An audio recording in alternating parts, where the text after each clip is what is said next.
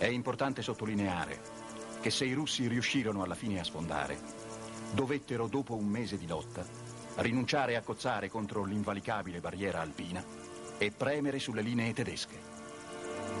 Contro i russi, escludendo l'alternativa di darsi prigionieri, mosse il corpo d'armata alpino, una forza che la battaglia, il clima e i disagi, di giorno in giorno contrassero sempre di più nel numero, fino a ridurre la disponibilità dei combattenti, dopo la battaglia di Nikolajevka, ad un superstite reparto, armato ormai soltanto del fucile e qualche pallottola. Ora, gli alpini del quinto e del sesto reggimento sono stati destinati alla Russia, quindi hanno fatto la guerra in Russia. Sono partiti in 200.000 e sono tornati in 15.000.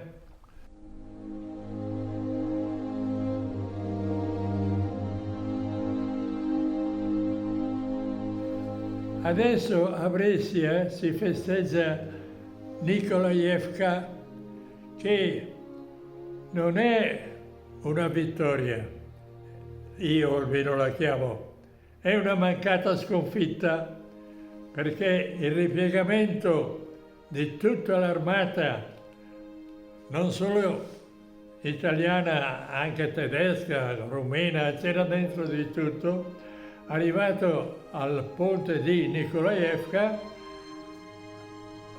non poteva procedere, quindi era pericoloso, perché col freddo che c'era, restare fuori una notte voleva dire restare stecchiti.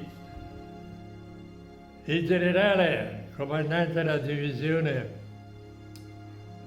alpina, diede l'ordine di attacco, diciamo alla baionetta, a quelli che occupavano le case di Nikolajevka, e quelle sono scappate, e così abbiamo potuto, in un certo senso, riparare dentro delle baite e non restare fuori a gelare. Quindi la festa di Nikolajevka è per aver aperto il passaggio alla colonna, passaggio che ha permesso di salvare, oltre gli uomini, anche gli animali, quelli che almeno fino a quel momento non erano morti. Ecco, Nikolajevka io la chiamo una mancata sconfitta, anche se andiamo a chiamarla vittoria.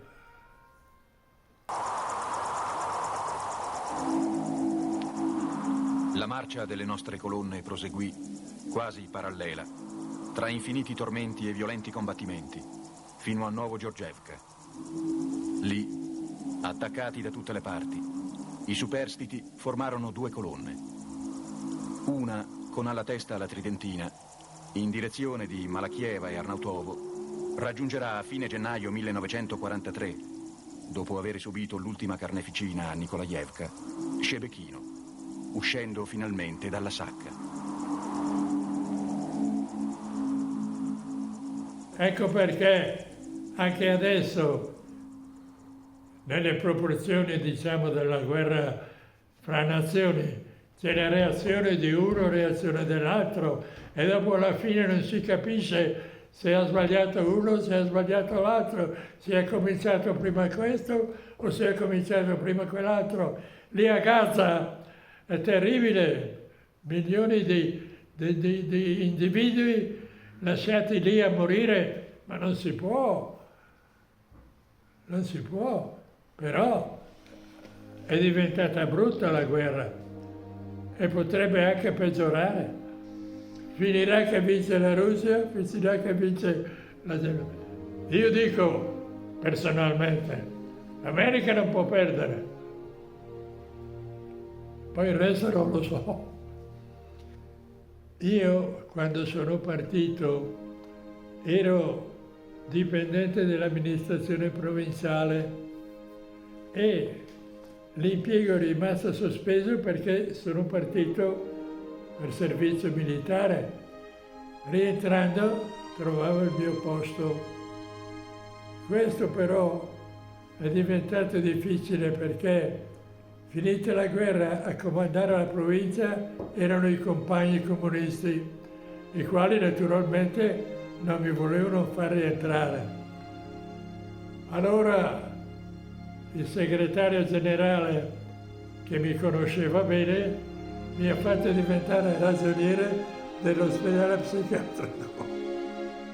Dopo ho dato le dimissioni, sono passato all'INAM, dopo ho dato le dimissioni, dopo ho fatto il commerciante di ricambi, poi ho fatto l'artigiano costruzione di trombe per auto e poi alla fine ho creato l'azienda Marco, che vive ancora oggi, che fa trombe per auto, per camion, per imbarcazioni, fa degli altri accessori, fa delle pompe, e io mi sono ritirato e tengo solamente la parte immobiliare, perché naturalmente ho voluto tenermi qualcosa anche per me.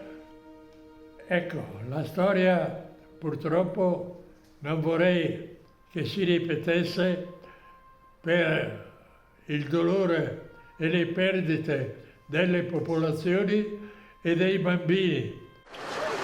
La guerra ha rubato l'innocenza a milioni di bambini in Ucraina. La distruzione, la morte e il dolore che l'accompagnano hanno reso il tradizionale ritorno a scuola dopo le vacanze estive più motivo di trepidazione che di gioia per il congiungimento con compagni di classe e amici. Perché, messa come siamo, non sappiamo purtroppo quando e come potrà finire. La buona volontà te la mette il Papa, ma è una voce anche piuttosto debole in confronto alla guerra che si sta sviluppando e non sappiamo come, abbiamo un'idea di come possa finire. Io sono per l'Europa unita. Mi auguro che in futuro l'Italia, la Francia, la Germania, l'Olanda e tutta l'Europa si unisca e faccia un'Europa unita, sana e indipendente, con una propria politica, con un proprio, governo, con un proprio Parlamento, cioè una nazione libera. C'è troppa confusione ancora, quindi non lo sanno quelli che sono al potere, figurarsi se lo posso sapere io.